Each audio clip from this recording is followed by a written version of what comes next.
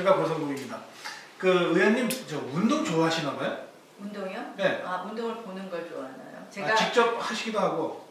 하는 건 열심히 안 하고요. 제가 연명형 운동이라 그래요. 제가 운동하는 거는. 그러니까 이제 죽지 않을 정도로만.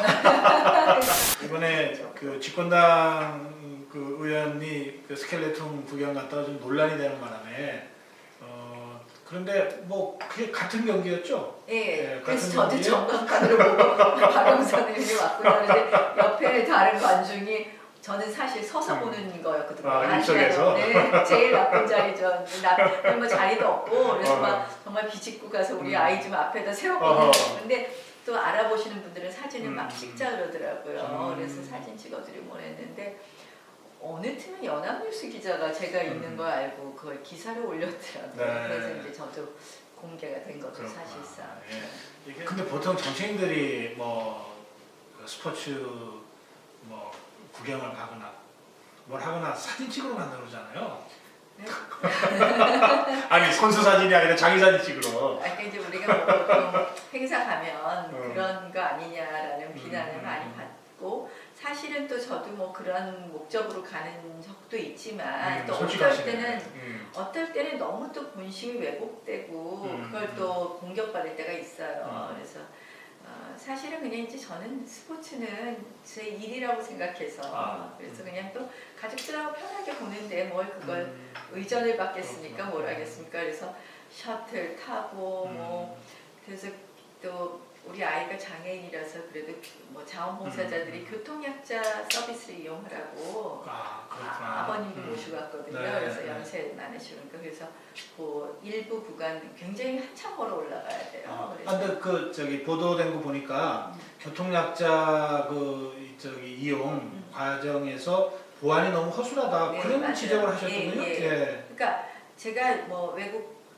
패럴림픽 다니면서 여러 가지 이제 체크해봤을 때 우리나라 좀 보안 검색 수준이 굉장히 낮더라고요. 교통약자나 이렇게 차를 타고 입장하는 경우도 반드시 내려서 보안 검색대를 통과하게 되어 있었는데 이번에는 아예 문만 열어보고 그냥 들어가라 그러더라고요. 그래서 이거는 위험한 거 아니냐 하고 제가 이희범 위원장한테 말씀을 전했고요. 이희범 위원장은 뭐 컴플레인이 많아서 좀 수준을 낮췄다는데 사실 그런 부분은 컴플레인이 많아도 수준을 낮출 문제는 아닌가 이렇게 생각하는데. 자, 그런데 이게 이제 올림픽이 올림픽으로 끝나는 게 아니고 어쨌든 이번 경우에는 어떤 면에서 가장 정치적으로 해석될 수밖에 없는 올림픽 중에 하나가 된 것 같은데요. 이제 최근 이제 어제 오늘 주요한 뉴스 중에 하나가 펜스 부통령 그 평창 올림픽 참가했을 때 실제로 우리 정부가 김여정, 김영남과 펜스 부통령을 청와대에서 모임을 주선했는데 그래서 성사가 됐는데 2시간 전에 북한 측에서 일방적으로 취소 통보를 받고 모임이 무산됐다. 이게 이제 WP의 보도로 됐고 백악관도 공식적으로 그걸 시인했거든요. 그러면 이걸 어떻게 봐야 됩니까? 뭐 이제 그래서 사실은 처음에는 북한하고 접촉하지 않겠다, 만나지 않겠다고 하다가 나중에 이제 기회를 열어놓는다는 취지로 하면서 왔었죠. 펜스 부통령이. 결국 이제 뭐 기사 내용을 보니까 북한이 거부했다 이렇게 나오는 거죠. 합의했다가 결국은 뭐 불편하다 이런 건데요.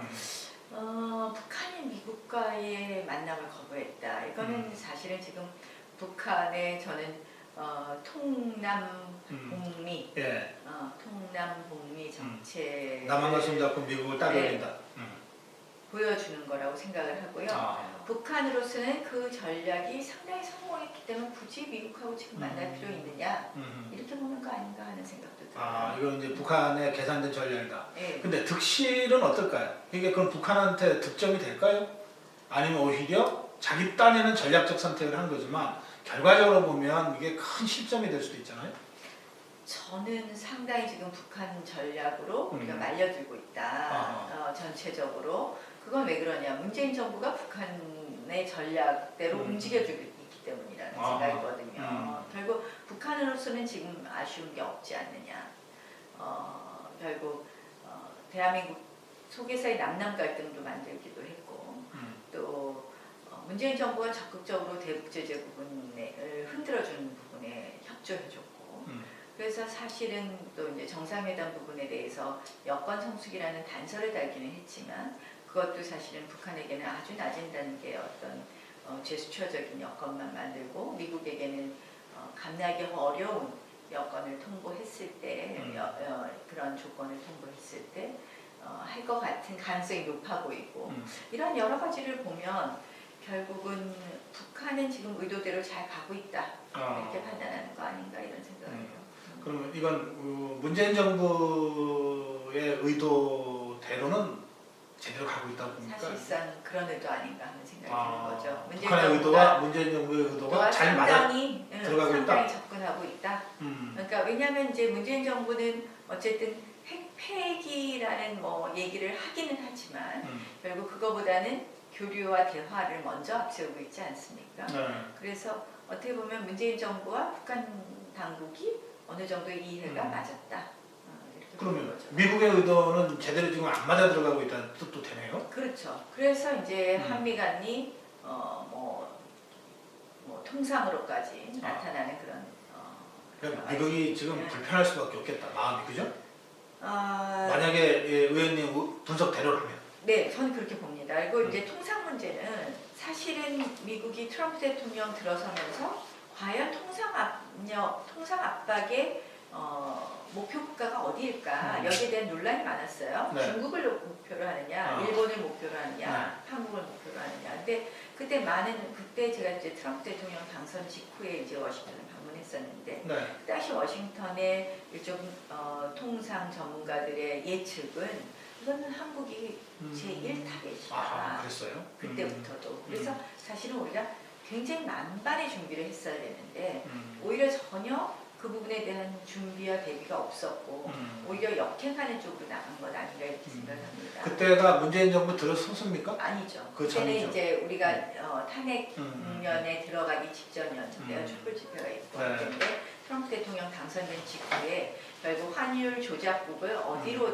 어느 국가를 가장 먼저 지정할 것이냐 이 부분에 대한 이제 논의가 있었어요. 일본이냐, 한국이냐, 미국, 중국이냐 했을 때 그때부터도 워싱턴에서는 한국이 제일 타깃이 될 것이다. 그 시점이라면 박근혜 정권은 뭐 탄핵 직전이어서 아마 할수 정신 차릴 수가 없었고. 네, 그러니까 이제 문재인 정부가 들어선다면 그것이 다 예측된 상황이라면 통상 부분에 있어서 어떤 좀 더 강력한 팀도 만들고 거기에 대한 대비도 하고 그런 의미에서 또 한미 동맹과 이 안보와 통상은 별개라는 것이 아니라 결국 동맹이 튼튼하면 철강 같은 경우가 그렇지 않습니까?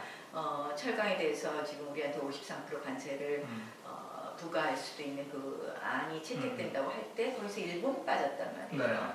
그러면 사실은 여러 가지를 같이 고려하면서 우리가 준비했어야 되는데 오히려 엇나가지 않았나 이렇게 봅니다.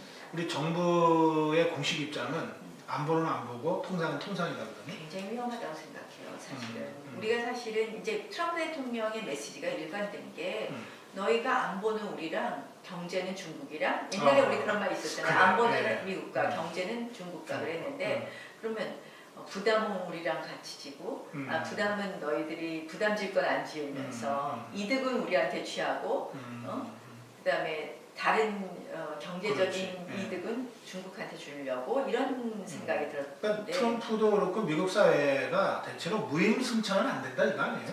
그러니까 이제 그렇죠. 근데 사실은 이제 우리가 그 부분에 있어서는 우리의 국익을 지키기 위해서 여러 가지 논리로 따져보아야 할 부분이 있는데 사실은 안보와 경제를 분리하는 것 이 부분 같이 위험한 부분이 없다 생각합니다. 알겠습니다. 그런 말씀 잘 들었습니다. 고맙습니다.